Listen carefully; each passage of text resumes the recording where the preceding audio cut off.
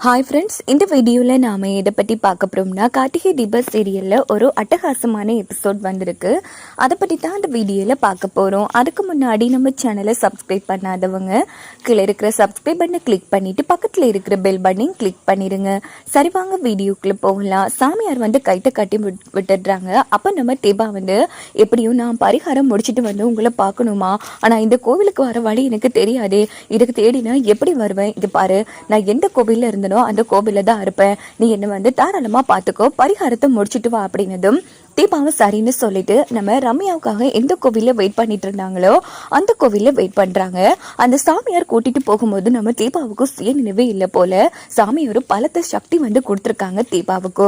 அப்ப நம்ம தீபா என்ன இன்னும் அம்மாவை காணுமே அப்படின்னுட்டு ரம்யாவுக்கு போன் போட்டு, ஏ அம்மோ, உனக்காக நான் எவ்வளவு நேரமா கோவில்ல வெயிட் பண்ணிட்டு இருக்கேன், நீ என்ன பண்ணிட்டு இருக்க, எனது கோவில்ல வெயிட் பண்ணிட்டு இருக்கியா, இப்போதான் உன்னை கோவில் முழுக்க தேடி பார்த்துட்டு நான் கிளம்பி வந்துட்டேன், அதெல்லாம் ஒன்றும் இல்லை, நான் கோவிலில் தான் இருக்கேன், உடனே கிளம்பி வா அப்படின்னுட்டு ஃபோனை வச்சதும் ரம்யா போகிறாங்க. ஏய் எங்கே போன தீபா, நான் இங்கே தான் உன்னை ரொம்ப நேரமாக தேடி பார்த்தேன், கடைசியா கார்த்தி ஒன்று தேடினாரு தெரியுமா அப்படின்னதும், இங்கே பாரு நான் ரொம்ப நேரமாக இங்கே தான் இருக்கேன், சரி வா ஃபர்ஸ்ட் நம்ம பரிகாரம் பண்ண போகலாம் அப்படின்னுட்டு ரெண்டு பேரும் காரில் போயிட்டு இருக்காங்க.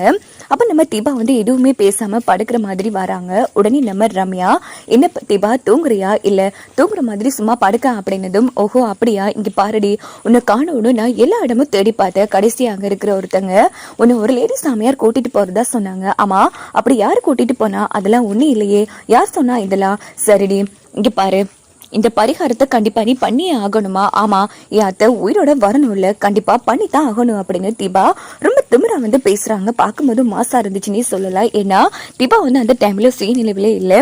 இன்னொரு பக்கம் ரம்யா ஓஹோ அப்படியாடி, சரி வேணும்னா உனக்கு பதிலா நான் பண்ணட்டுமா, எதுக்கு நீ பண்ணணும், அத்தையோட மருமகன் நான் தானே, அப்படின்னா கண்டிப்பா நான் தானே இந்த பரிகாரத்தை பண்ணணும், ஆமா எதுக்கு நீ பண்ணணும்னு சொல்ற, இல்லடி அந்த குடும்பத்திலே செல்ல மருமக நீனா எல்லாருக்கும் பிடிக்கும், உனக்கும் உயிருக்கும் எந்த பிரச்சனையும் ஆயிடுச்சு, எது பிரச்சனை ஆயிடுச்சுன்னா பிரச்சனை ஆயிடும்ல, இதுவே உனக்கு பெரிய குடும்பம் இருக்கு, எனக்குன்னு யாருமே இல்லை, சோ எனக்கு ஒன்னும் ஆனாலும் பரவாயில்லடி, அதனால நானே இந்த பரிகாரத்தை பண்ணட்டுமா, ஓகே பண்ணிடு அப்படின்னதும் ரம்யா அதிர்ச்சாராங்க. என்ன இவ கேட்ட உடனே சட்டுன்னு ஓகே சொல்லிட்டாலே இப்ப என்ன பண்றது அப்படின்னு பேசும்போது உடனே நம்ம தீபா சுயநினைவுக்கு அம்மோ எது இப்ப என்கிட்ட கேட்டியா, ஆமாடி உனக்கு பதிலா இந்த பரிகாரத்தை நான் பண்ணட்டுமா, எதுக்கடி உனக்கு சிரமம், இங்க பாரு அவங்க என்னோட அத்தை, அதனால முறைப்படி அவங்களுக்கு நான் தானே பரிகாரம் பண்ணணும், அதெல்லாம் நானே பாத்துக்கிறேன் அப்படின்னதும், அப்பாடா நல்ல வேலை செத்து தொலடிங்கிற மாதிரி ரம்யா யோசிக்கிறாங்க. இங்க பார்த்தோம்னா கார்த்தியும் ராஜாவும் தேடிட்டு வரும்போது கார்த்தி ஆரம்பத்துல தீபாவை மீட் பண்ணதுல இருந்து இப்ப வரைக்கும் எல்லாத்தையும் யோசிச்சு பாக்குறாங்க.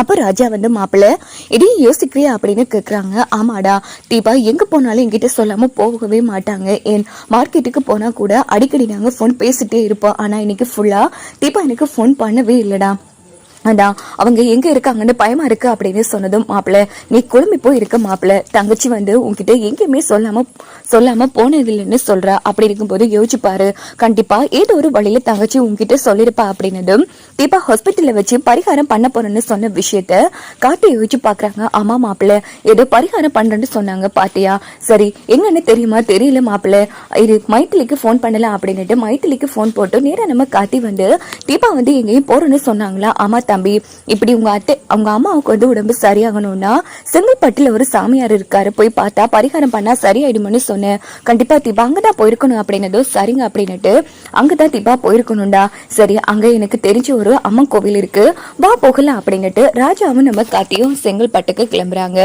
இந்த பக்கம் காத்தி ரம்யாவுக்கு போன் அடிச்சதும், சரி இரு வாரம் அப்படின்னுட்டு காரை விட்டு வெளியில ரம்யா போன் பேசுறாங்க. சொல்லுங்க காத்தி, இல்ல இப்படி தீபா பரிகாரம் பண்ண போறதா சொல்லிருக்காங்க, சோ செங்கல்பட்டுக்கு தான் போயிருக்கணும் அப்படின்னதும், ஓகே கார்த்தி அவ என்னோட பெஸ்ட் ஃப்ரெண்ட், சோ கண்டிப்பா நானும் ஹெல்ப் பண்றேன், நானும் வரேன் அப்படின்னுட்டு ரம்யா போனை வச்சு யோசிக்கிறாங்க. கார்த்திக்கு சந்தேகம் வந்துருச்சு.